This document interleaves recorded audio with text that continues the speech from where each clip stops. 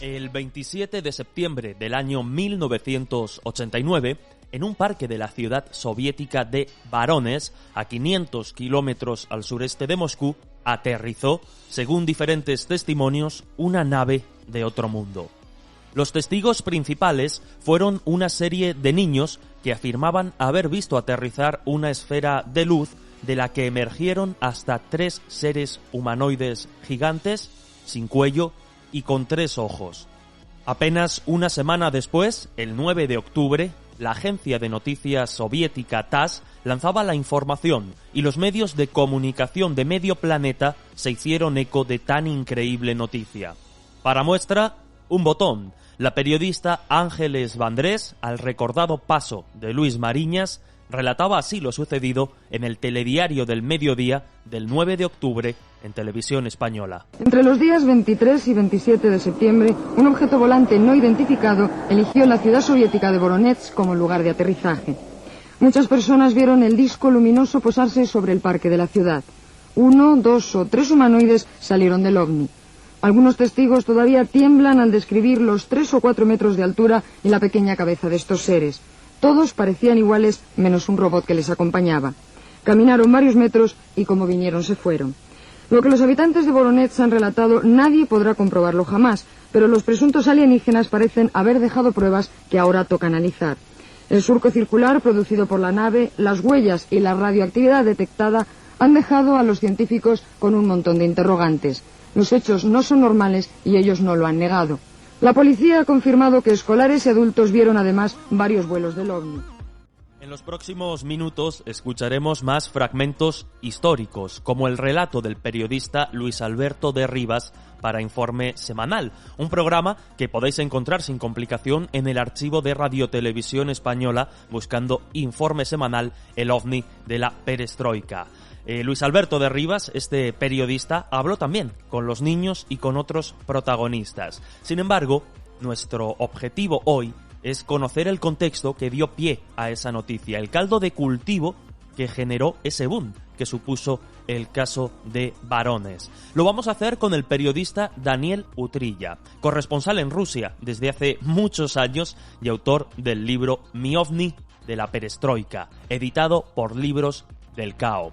Utrilla, fascinado por esta historia desde niño, ha estado cerca de 5 años intentando recomponer y comprender este complejo puzzle, para lo que ha rastreado y hablado con gran parte de los protagonistas principales, ufólogos involucrados, periodistas, científicos y, por supuesto, testigos. También los niños, que por aquel entonces lo eran y ahora obviamente no. Todo eso para reconstruir los detalles del conocido como Roswell soviético. Con motivo de su visita a Madrid, el compañero Juan José Sánchez Oro y yo tuvimos la oportunidad de conocer a Daniel y charlar con él sobre los detalles de este suceso clásico de la ufología. Con la curiosa carambola, además, de que tuvimos que realizar, por circunstancias X, la entrevista a la sombra del Museo Reina Sofía en Madrid. Y lo hicimos rodeados de niños. Curioso, ¿verdad? Ya que estos pues no dejan de ser los principales protagonistas de esta historia. Bien podría haber sido el escenario de esta entrevista pues el lugar en el que hubiese aterrizado un ovni como en este clásico suceso.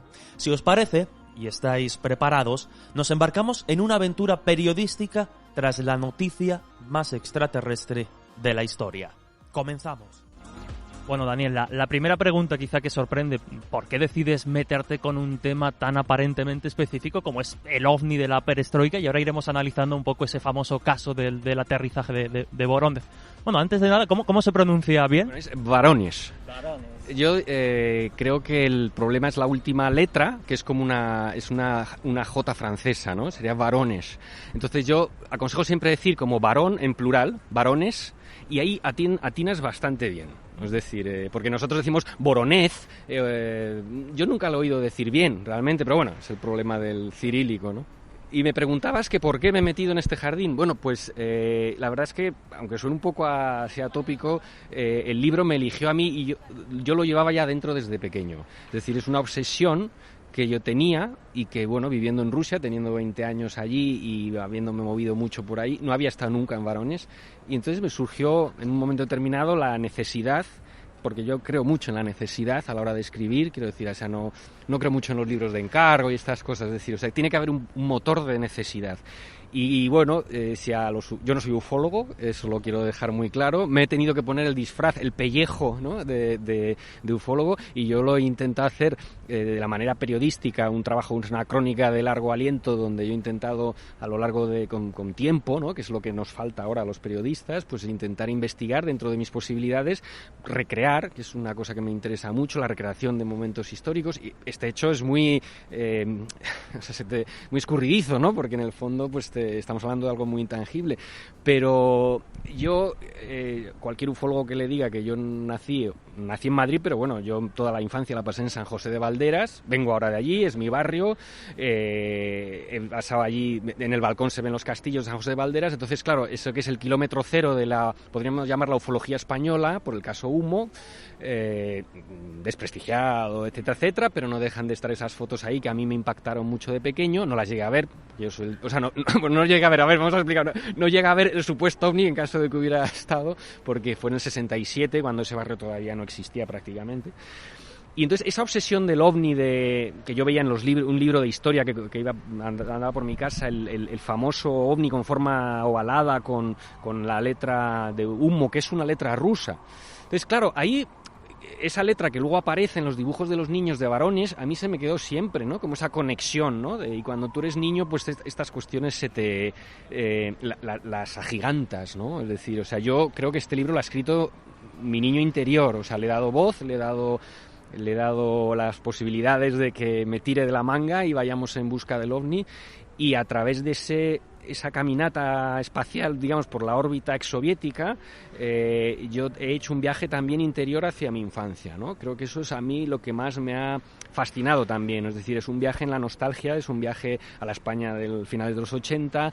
Me he vengado un poco también del periodismo digital que no te deja tiempo ni para respirar prácticamente. Yo en mi época última del mundo me pedían crónicas en 20 minutos y claro, en 20 minutos haz una paella en 20 minutos, ¿sabes?, para que se la coma alguien y que esté buena, ¿no? Quiero decir, yo creo mucho en la escritura necesita un tiempo, requiere una artesanía, y yo pues me he dado el lujo de escribir una crónica que yo en el mundo me habrían encargado a lo mejor en 3 días, pues yo me he tirado 3-4 años. Has dado ya muchos detalles interesantes, pero hablabas que de alguna forma te has puesto el disfraz, el traje de ufólogo.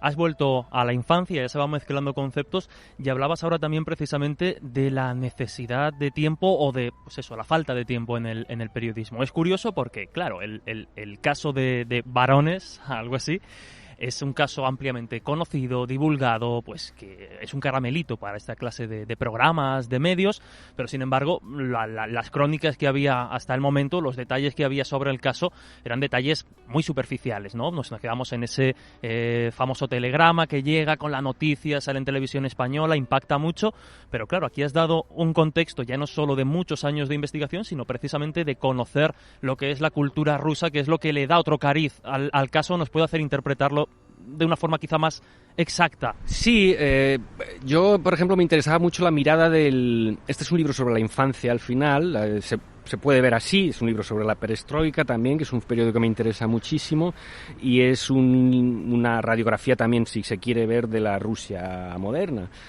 porque hablo con personas que viven hoy en Rusia y que al fin y al cabo te han hecho entrevistas muy largas y he intentado reflejarlo. Sí, lo que me preguntas, yo creo que a mí me interesaba mucho la mirada de los niños soviéticos. Eran los últimos niños soviéticos, es decir, no hubo más. Es decir, todo lo que vino después ya fue, digamos, educados en un contexto capitalista mucho más abierto y a todas las influencias occidentales, ¿no? Y les llegaron de golpe. Los rusos vieron ET y Mogambo al mismo tiempo. Quiero decir, o sea, no es como nosotros, o sea, les llegó así como un tsunami, ¿no? Tremendo, ¿no? No. Los niños de varones no habían visto ET, no habían visto La Guerra de las Galaxias, no sabían quién era Steven Spielberg, no tenían referentes culturales, icónicos de lo que podía ser un platillo volante, ¿no? Entonces eso a mí me interesaba mucho, ¿no? Y me he intentado meter un poco en los programas de televisión que había en aquella época, pues lo que podía ser el equivalente a la bola de cristal, pues también eran programas muy específicos, también quizá un poquito sesudos, porque tú ves programas de niños estudiando matemáticas ahí con una cara, con un tíos disfrazados de animales y tal, que te dices, joder, qué coñazo de programa, ¿no? O sea, y como muy disciplinados, ¿no? Y a lo mejor, eso a mí me ha interesado siempre mucho eso, ¿no? El niño, esa infancia, ¿no? Que los ves ahí un poco repipis, ¿no? Ahí como estudiando muy bien y tal, ¿no? Entonces, claro, eso era muy llamativo, ¿no? Es decir, si el fenómeno OVNI nosotros lo teníamos muy interiorizado, porque ellos ven algo que es también...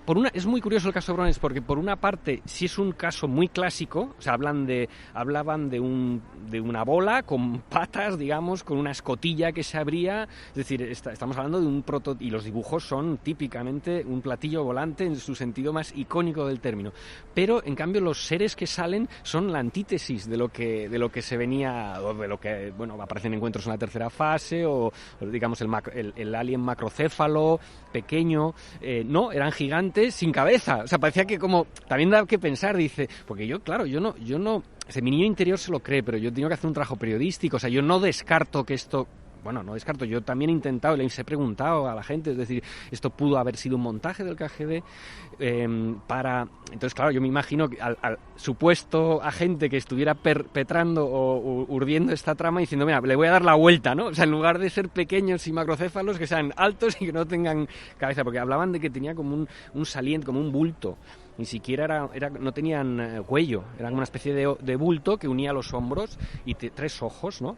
Entonces, bueno, yo, evidentemente, el objetivo para mí del libro, que se me meto en muchos charcos, porque yo soy muy experto en irme por las ramas, pero yo la investigación, el hilo, yo lo voy siguiendo muy bien. Yo quería encontrar a uno de los 3 niños que aparecen recogidos en todas las crónicas, o bueno, y si pudieran, los que hubiera podido encontrar, ¿no? Es decir, yo, Zhenya Blinov, Vasily Surin y Yulia Solokhova son 3 nombres que aparecen en todas las crónicas, tanto del New York Times como de ABC, que le dio mucha cancha al asunto. Y entonces, claro, parecían como los 3 pastorcillos de Fátima. Yo quería, no sabía muy bien por qué, se les citaba siempre a ellos, y quería encontrar a alguno de ellos, ¿no? Y bueno, después de, claro, con un reportaje, como te digo, donde tienes solo 3 días, yo no lo hubiera conseguido, pero al tener 3-4 años, al final, después de muchas insistencias, de llegar a callejones sin salida, de acabar dando vueltas en círculo, al final conseguí, de una forma también muy inesperada, hablar con uno de estos niños. Entonces, claro, yo todo eso lo voy narrando, ¿no? Mi libro podría ser un poco lo que han escrito otros autores, lo que se llama literatura transparente, donde intentas explicar cómo haces el libro, ¿no? Eso es un poco lo que yo he intentado también, que me gusta mucho, porque yo he hecho un libro es un libro de no ficción que parece de ciencia ficción, pero escribir un libro de no ficción es muy difícil porque no controlas tú los mecanismos de la narración ni del relato. Es decir, o sea, a ti no te dan una entrevista durante 8 meses y estás en Moscú cazando moscas, quiero decir, y tienes de alguna forma que el relato tiene que continuar, pero yo he hecho los viajes desde Moscú varones, ¿no? Y bueno, yo siempre digo un símil de una metáfora de Jardiel Poncela que me gusta mucho, que en una novela hablaba, no sé exactamente qué, pero habla, dice, es más difícil que llevar a 15 gatos en línea recta por la carretera. Bueno, pues eso es escribir no ficción, porque se te van, es decir, no, y al final de manera inesperada todo cuadra y ha sido un poco mágico esa experiencia, ¿no? El ver que todo al final pues se encajaba como una partida de Tetris, ¿no? Hay algo mágico y paranormal en todo esto. Sí. Es curioso porque hablando ya un poco, sale mucho a relucir el tema de la niñez, que de alguna forma impulsa también las páginas de este libro. Y claro, hay algo llamativo porque tú consigues entrevistar, es compañero de alguna forma, a Miguel Valls, que es el primer corresponsal, en este caso, bueno, de la agencia EFE, que habla con los niños y te sorprende mucho porque él te decía que en su sensación los niños no mentían. El Miguel Bas, esa es la ahí se enciende ahí se produce la ignición de mi libro, porque Miguel Bas es amigo mío de hace muchos años, coincidimos cuando yo era corresponsal del Mundo, él era delegado de la agencia EFE allí, en Moscú, y hemos hecho viajes juntos, hemos estado en Baikonur, hemos descubierto ese paraje fascinante, para mí es uno de los más fascinantes que yo he visto, me recuerda mucho al planeta Tatooine de Luke Skywalker, de repente en el desierto, la nada, y unas estructuras ahí del Burán desvencijadas, es un paisaje posapocalíptico, y yo con Miguel he viajado a estos sitios, pero yo no sabía. Es decir, él nunca me había hablado de esta relación suya cuando él era muy joven, con 30 y pocos años, que tuvo, porque él acababa de entrar a la agencia EFE como becario, por decirlo de alguna forma, y lo mandan ahí a Varones. Entonces, claro, cuando yo veo en un programa a Miguel Bas, le llamé nervioso, le dije, oye, tengo que hablar contigo, y fui a verle y le dije, oye, esto de Voronezh, y entonces, claro, fue fascinante porque ya yo a Miguel Bas le he entrevistado muchas veces, le pedía detalles muy concretos, y sí, él que no es una persona especialmente proclive a creer en estas cuestiones, sí, él decía que los niños se aturullaban, se atropellaban, es decir, y quienes son padres pues lo entenderán a lo mejor, es decir, a un niño se le nota cuando miente, y entonces él me decía que no se notaba como que era algo aprendido, sino que estaban como atropellándose entre ellos por decir, no, era rosa, era color violeta, pero era así, pero hizo lo otro. O sea, la sensación que él tuvo en ningún momento es que se habían inventado una historia. De la nave salieron 3 seres. Eran altos, más altos que la gente normal. Llevaban una especie de gorros, gabardinas azules y botas altas, del mismo color que la nave. Anduvieron por este lugar durante unos minutos. Más tarde entraron dentro de la bola. La nave comenzó a elevarse lentamente y desapareció.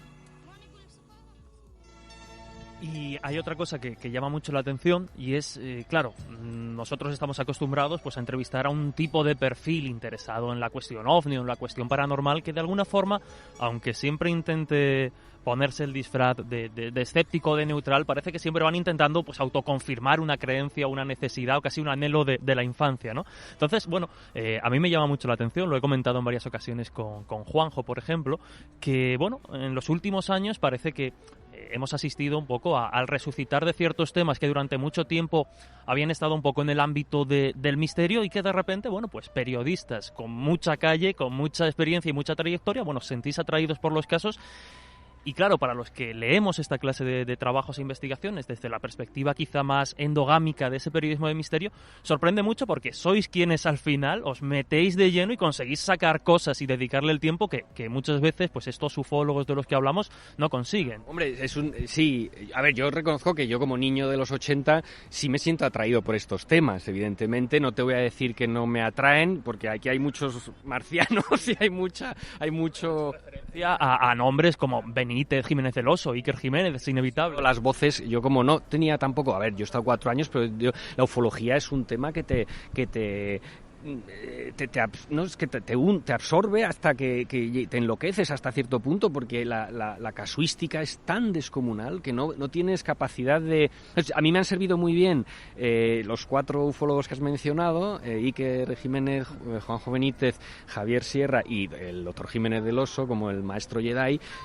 Yo me iba por Moscú al principio, cuando estaba preparando el libro, me escuchaba todos sus programas que había de radio, de YouTube, me habré escuchado cientos de programas, y claro, era mi forma yo lo llamaba osmosis auditiva, ¿no? Era como intentar captar, porque yo no me sentía legitimado para escribir un libro sobre ovnis si yo no me metía mucho en el tema, desde un punto de vista ya general y cultural, ¿eh? Yo me he leído libros de Roswell, de Javier Sierra, me he leído libros, digamos, clásicos de la ufología antes de empezar a meterme en el embrollo de los niños de Voronezh.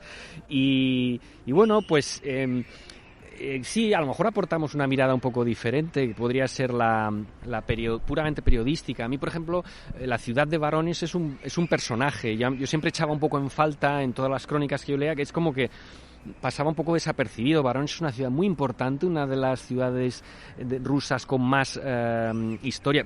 Pedro I forjó ahí la flota, empezó ahí a formar la flota, y luego la Segunda Guerra Mundial conoció ahí una de las batallas que se la conoce como la Segunda Stalingrado, por la cantidad de muertes que hubo y la resistencia feroz también, y que impidió a los nazis llevar todas las tropas a Stalingrado, que no está muy lejos de allí.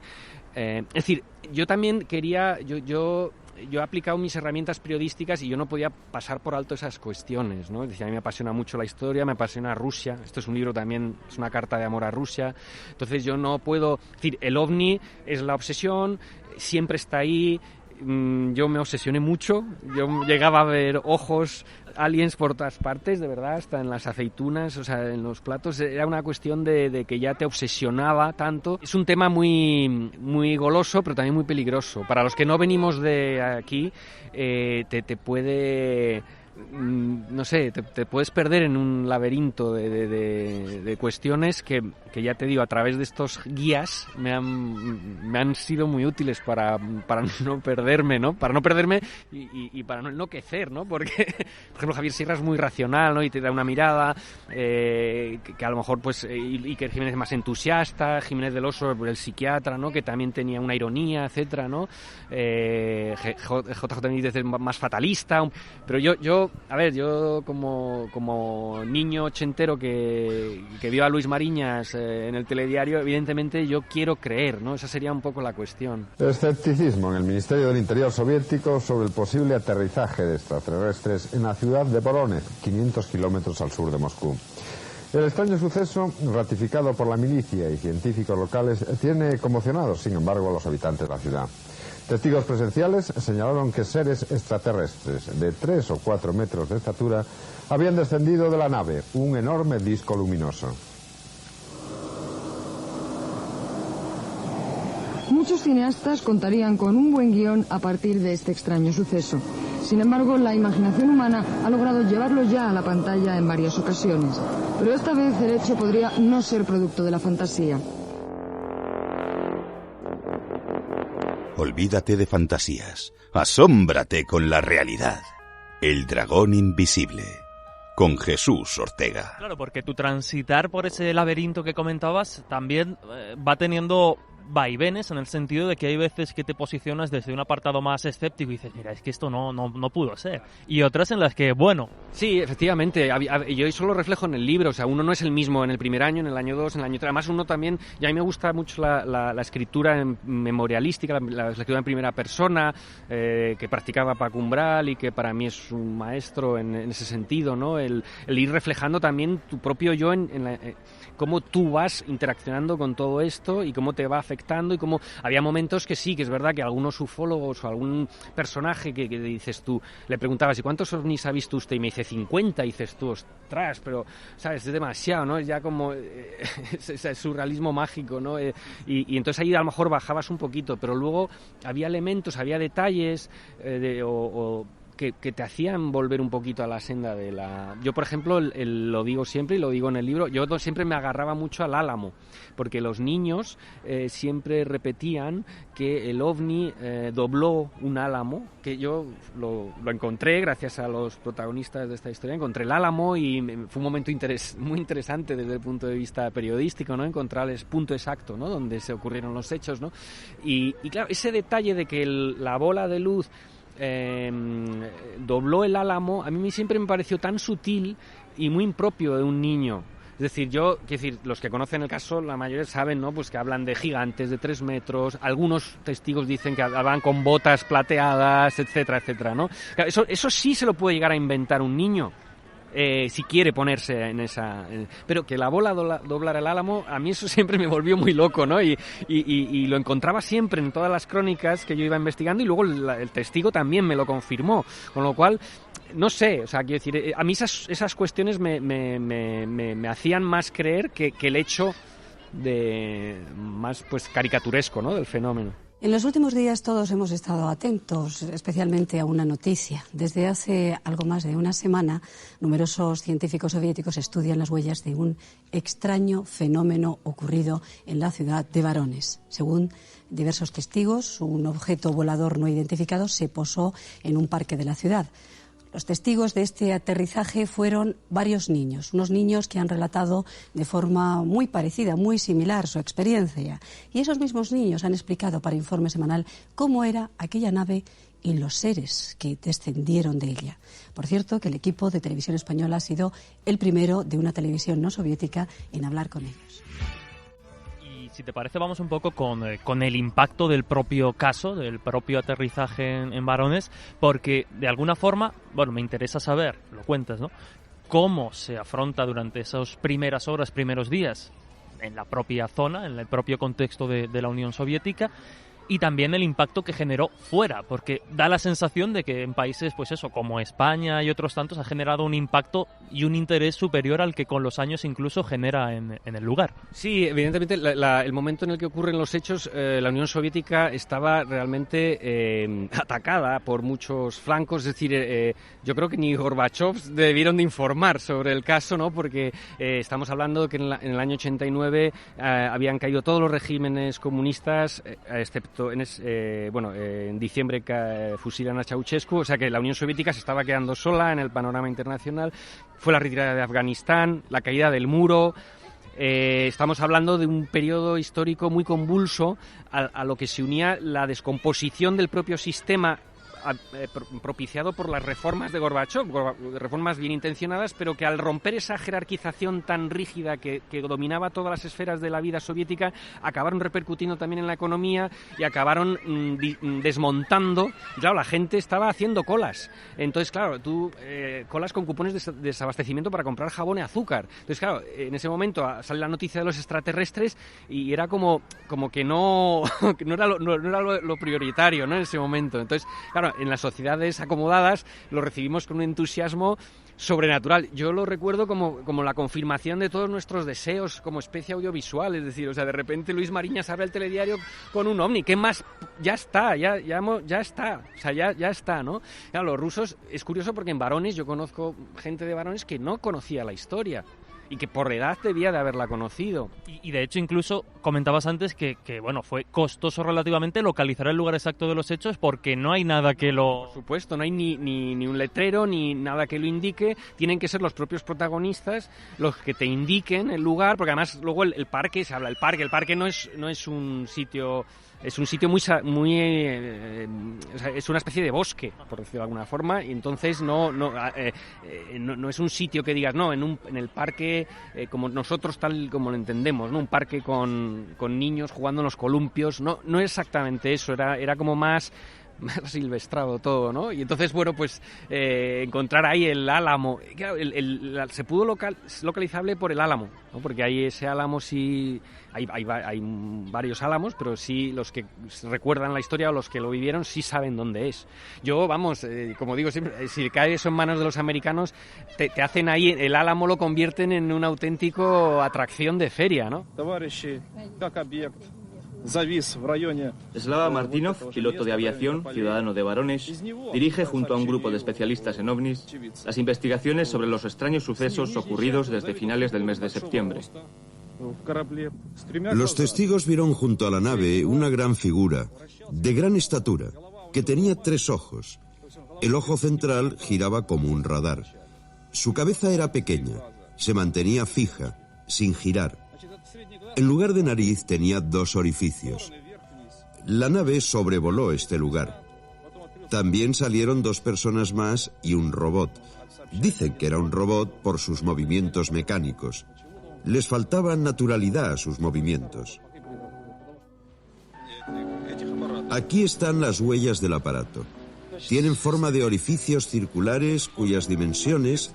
La ufología en la Unión Soviética siempre estuvo bastante perseguida, era un tema bastante underground, y solo con la perestroika empezaron los ufólogos a poder dar la cara de una forma más... La mujer de la cosmonauta Popovich, por ejemplo, fue muy famosa, una piloto, Marina Popovich, que se dedicó a la ufología de una forma ya muy abierta a partir de los años 90...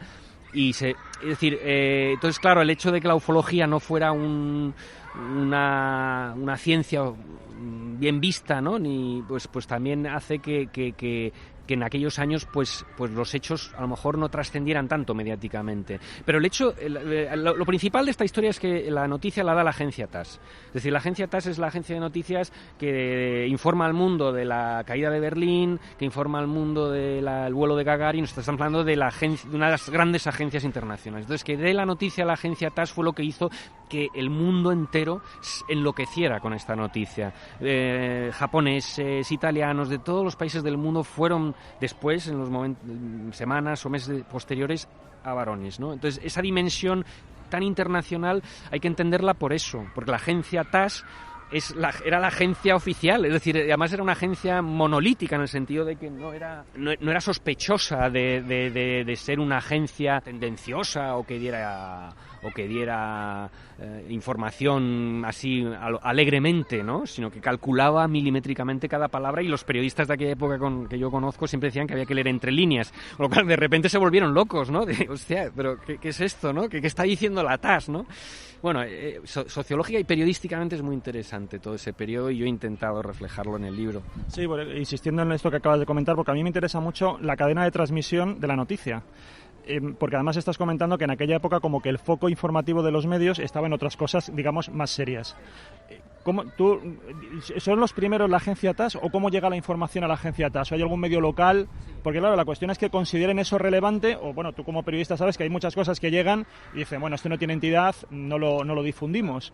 Pero esto es muy llamativo que comentamos, digamos que había otros problemas más importantes que tendrían a lo mejor más cobertura, más interés, y de pronto esto alcanza esa dimensión por esa misma agencia, ¿no? Entonces me llama la atención si sabes un poco esa cadena que...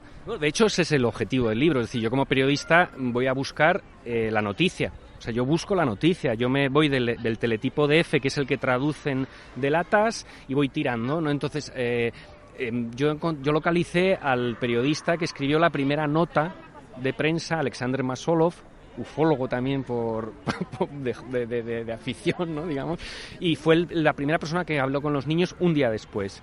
Escribió en el diario Comuna una nota muy breve, pues una columna del tamaño del libro, o sea, donde reflejaba un poco lo que luego ha sido la imagen canónica.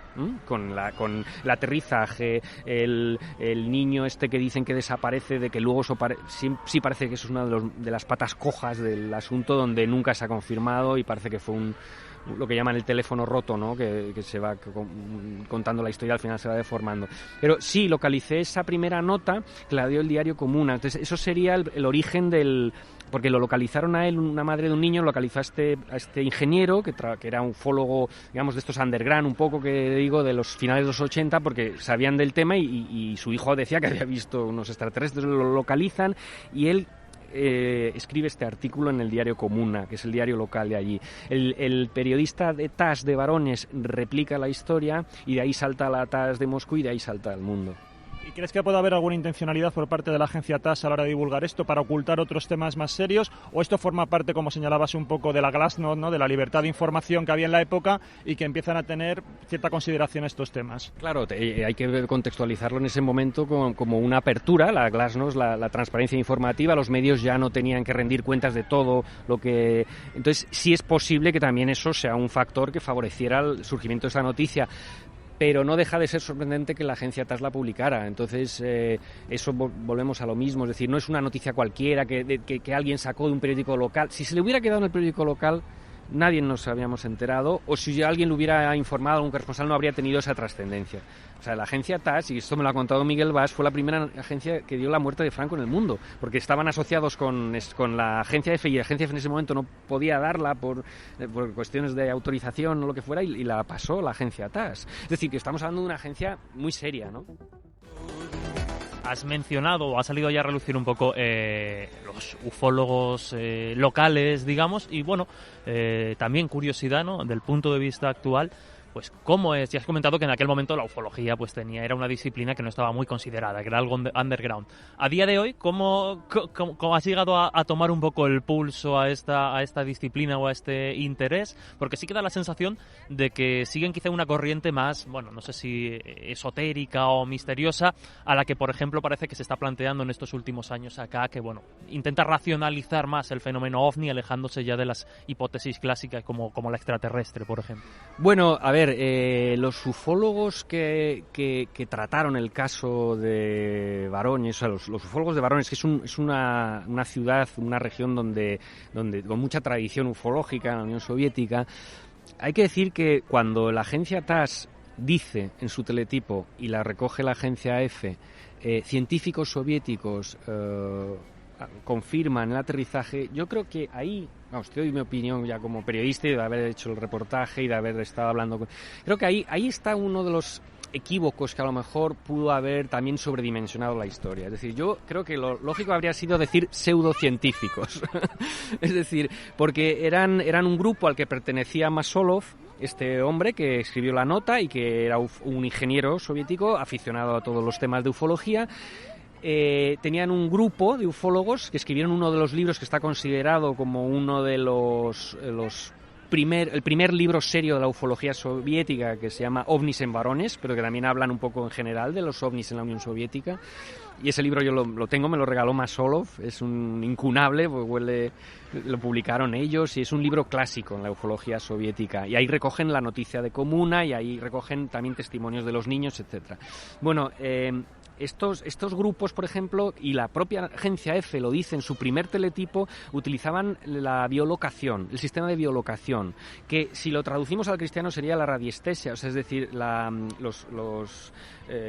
búsqueda con zahoríes, ¿no? Y ellos, cuando aterriza el ovni en Varones, bueno, supuestamente, ellos van ahí con sus palos de zahorí, digamos, a ver si había sinergia, energías, etcétera. Entonces, eso que a Jacques Vallée, cuando fue a investigar el caso un año después, también le llamó mucho la atención, era lo que a él... Jacques Vallée es el racionalista por excelencia, entonces, claro, él les decía esto, no le convencía en absoluto. Dice, ¿cómo saben ustedes que si se mueve la varita es porque aquí ha estado un ovni o porque hay un basurero o a lo mejor a 20 metros, ¿no?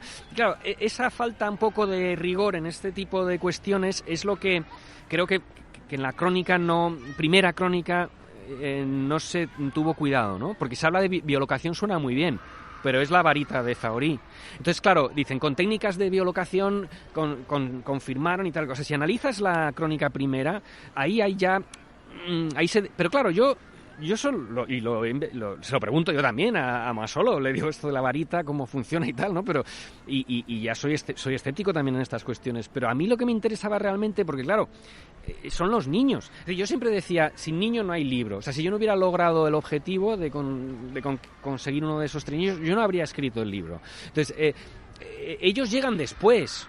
Es decir, se le ha dado mucha bola al tema de los análisis del terreno, pero vamos a ver, eso es posterior, y ellos monopolizaron un poco la historia porque eran los ufólogos de allí y vieron que empezaban a llegar periodistas de todo el mundo y Miguel Valls y todos ahí y tal. Y muy bien, pero a mí lo que me interesaba es los 2 días antes, ¿no? El 27 de septiembre, ¿qué pasa ahí? ¿Qué ven los niños? Dicen que hubo varios momentos donde no solamente hubo un aterrizaje, sino que, bueno, la bola parece ser que apareció en varios momentos, en varios días, del 23 al 27 de septiembre. O sea, a mí lo que me interesaba es el fenómeno. Y curiosamente también, digamos, ha contaminado mucho este tema de la radiestesia y de la biolocación, como también ha contaminado mucho el tema de la marca humo, que aparece en algunos libros. Esto también para mí era esencial investigarlo, y no me he encontrado a nadie que ni siquiera en el libro de OVNIs de Varones aparece.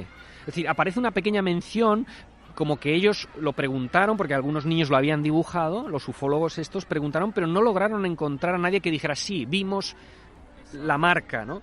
A mí, una cosa, la testigo me dijo, yo por mi lado no lo vi, pero quizá por el otro lado, que es una respuesta muy de niño, ¿no? Como muy empirista, ¿no? O sea, como...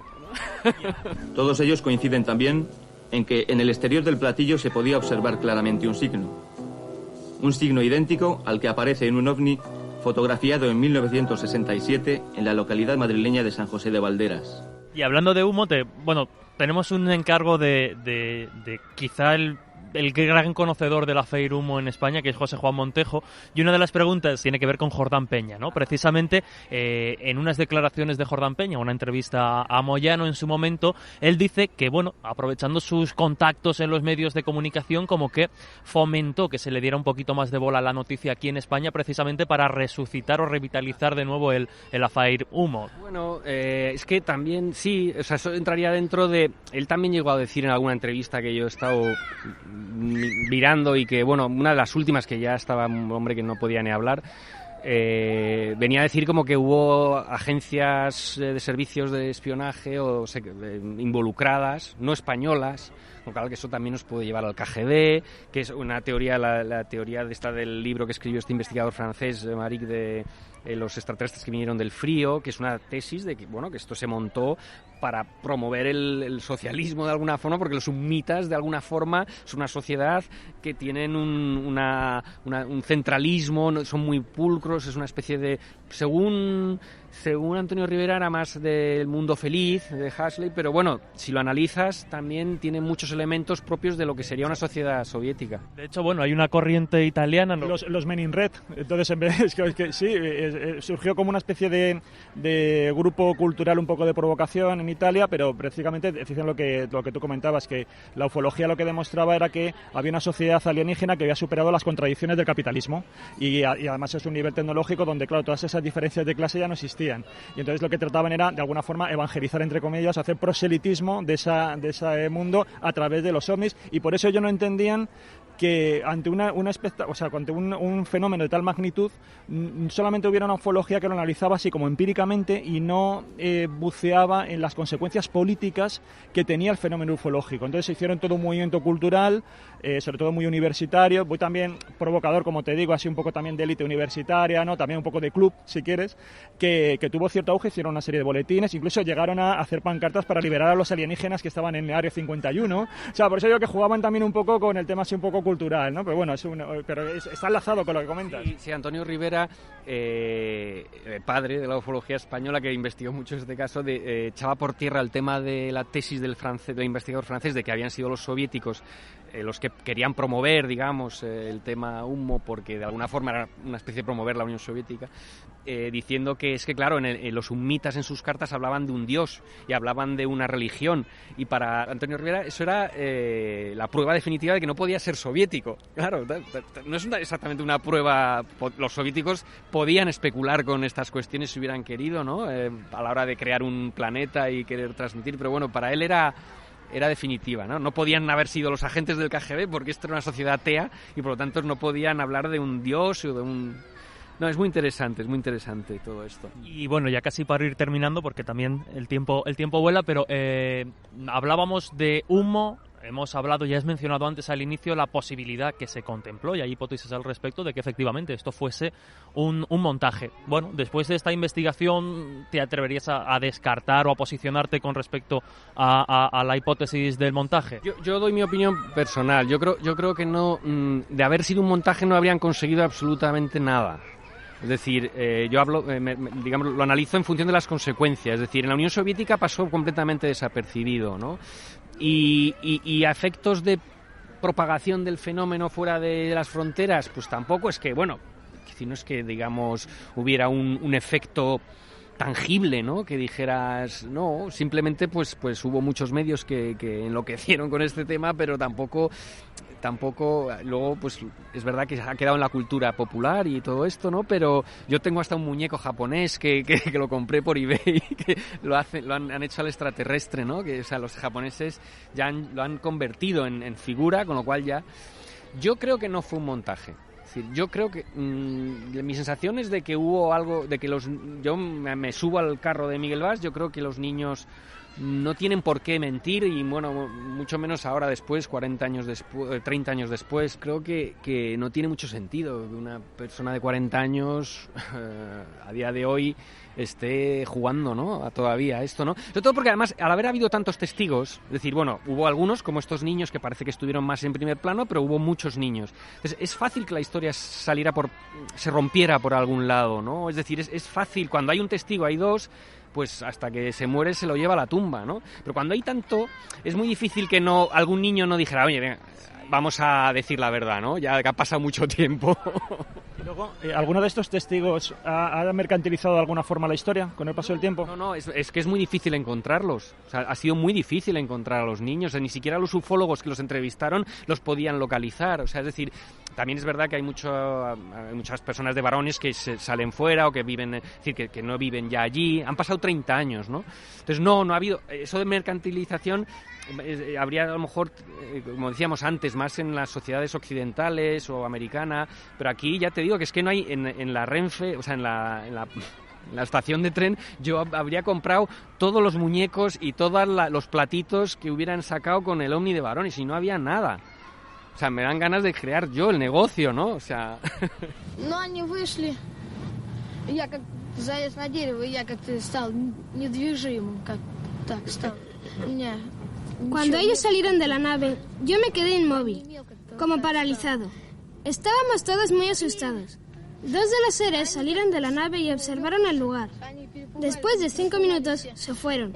Cuando desaparecieron, me mareé. La cabeza me dolía y me daba vueltas. Y bueno, Daniel, ya para terminar, pues es inevitable, ¿no?, hacerte la pregunta de, después de este transitar, después de casi 4 años sumergido en este tema, peleando por localizar a los testigos, por hablar con todos los involucrados posibles, ¿cuál es tu opinión al respecto de este avistamiento, de este suceso?